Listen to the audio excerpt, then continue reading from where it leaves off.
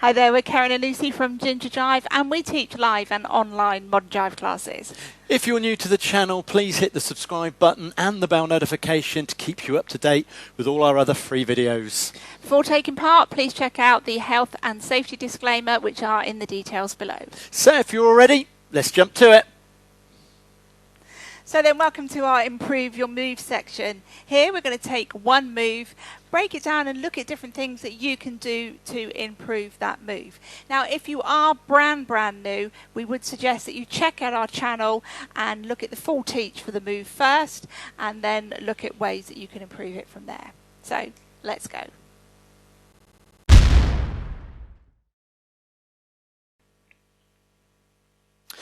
So the octopus, just to refresh our memories of what the octopus looks like, it looks like this. We're going to step back, we turn our partners under and back, we turn ourselves under, we turn our partners under and then back.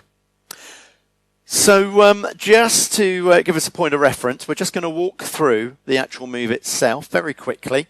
We're going to step back and we've offered the spare hands. Now remember, we're changing places 3 times. So we lower the right, we raise the left, we take the left over the right, we turn our partners underneath, and then we completely change sides as we re-offer the hand at the end.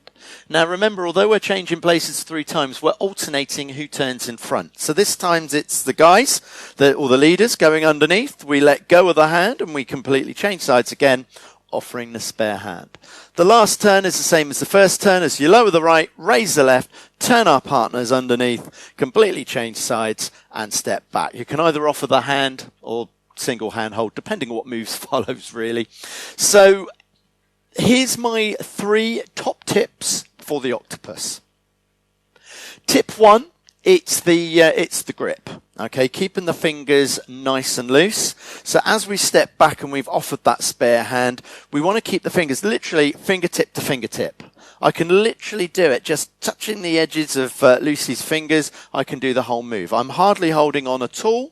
I'm just fingertip to fingertip. It's not a case of holding on too tight. I do see it quite a lot actually with this move, holding on too tight, and then you end up either blocking your forearms together or you twist your wrists around each other. So it just makes it really awkward if you're holding on too tight. That's actually for the followers as well as the leaders, to be fair. So although it's my tip for the leaders, that also counts for the followers as well. So you want to keep the fingers nice and loose, not too loose you slide away, but just enough that you can actually lead your partner into the move there.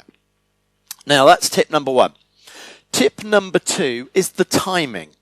Now every time we've taught this move, we always have a little stop in the middle just to make it easier to get the point across on how the move actually works and how you actually execute the move. And what I mean by that is we come back, we step in the middle to pause, and obviously we're still talking when we're teaching the move, and then we carry on the other side. Likewise, we step in, and usually I'm still whittering on teaching at this point and then stepping away.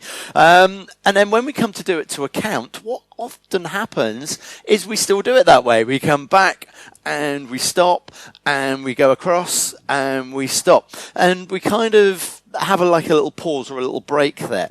So my top tip number 2 is, forget the pause, just go straight across. So from here, we're not really stopping in the middle, we're just going straight across as we continue to do the move. Now, my third tip, top tip number 3, and that is you've got to move your feet. You have to move your feet.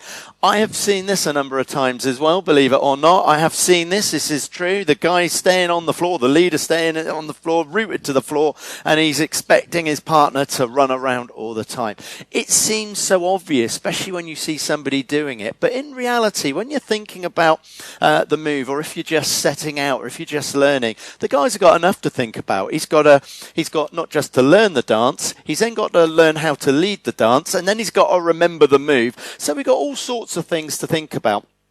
And to be honest, the feet is usually the last thing to think about because of all the other things there. So just be aware that you've got to move your feet, even if you're trying to think about it. So just got to move the feet to step into half the distance and then step away. We're stepping into half the distance and then step away. And obviously just note that we're alternating the turns as well. So Lucy's going under, then I'm going under, and then Lucy's going under as well.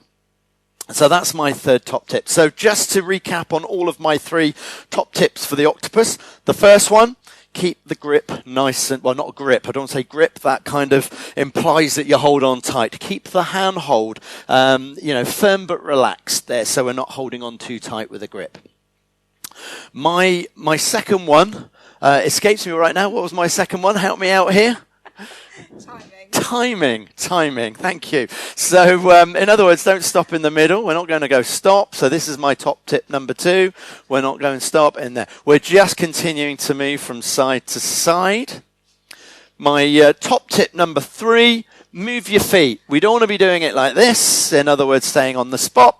You want to be stepping in and stepping away, stepping in and stepping away. So those are my top 3 tips for the octopus. So let's have a look at the followers' top tips for the octopus. The first one is to try and be quite relaxed. When we get into these double-handed moves that go over the head, it's very easy to tense up too much. So as Kerrin said, you need a nice sort of firm but relaxed grip. So what tends to happen when we come into here, people start to grip. And ladies do it as well, so that as we come in, it's very hard to get through the move, and it's very hard to move to side.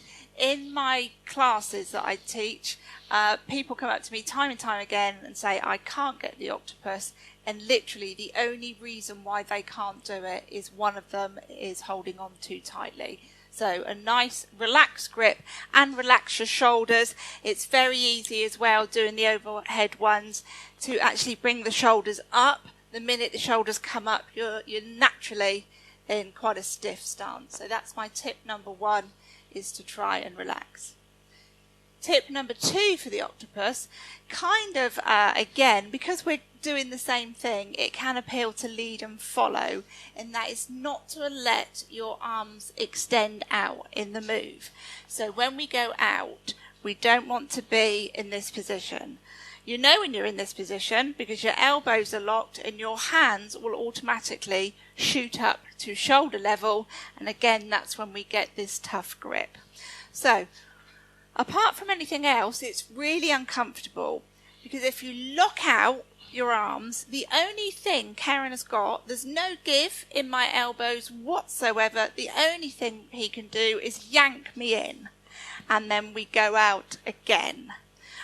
Sometimes we see this a lot if you're dancing to fast music, so we see people going back and in and back and in. So when you're dancing, actually, that's why you don't do it.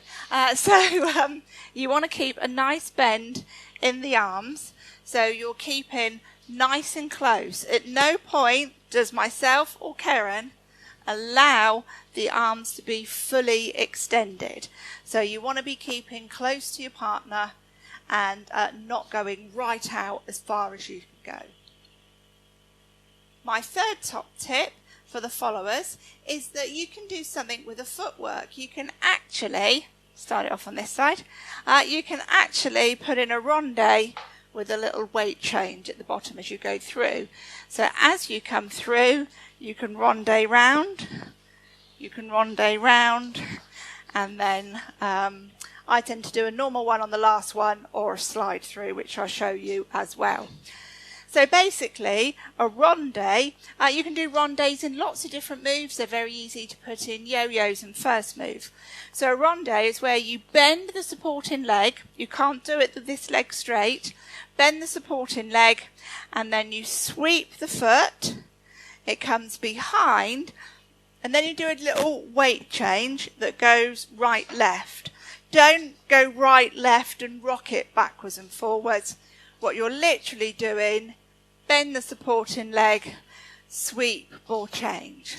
Sweep, ball change. Now, because you've got the supporting leg bent, it means your head's not bobbing up and down. So I don't know if I can do it with a bob, hang on. So you're not doing that.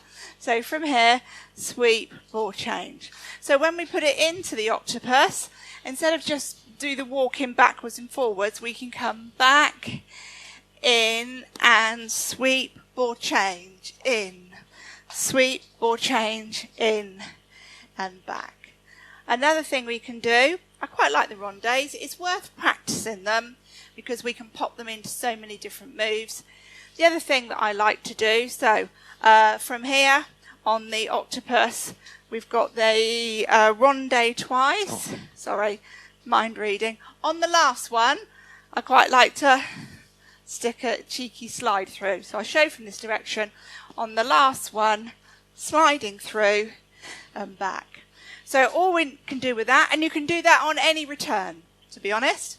So as you step back, I'm going to take a step forward on my left, and then I'm going to push off on the left and just slide through and back. So these are different things, the rondes and the slide through. These are ways we can alter the look of the move without altering the guy's timing. Because one thing you don't want to do is do your own thing and knock their timing out. Because at the end of the day, you've got your leader, but this is stuff that you can change the move with to keep in time. So, my top 3 tips for the octopus is a recap. First of all, be relaxed. Try not to hunch the shoulders. Try not to grip on too tightly. It makes it really hard for your lead to get you through the move. The next one, which really applies to both of us, is don't go to full arm extension. We're not going out and in and out. We're keeping a bend in the arms, and then this gives you the momentum to come back in. The third tip is mess about. Try something different with the feet. Whatever you do, you've not got to knock the timing for the leader.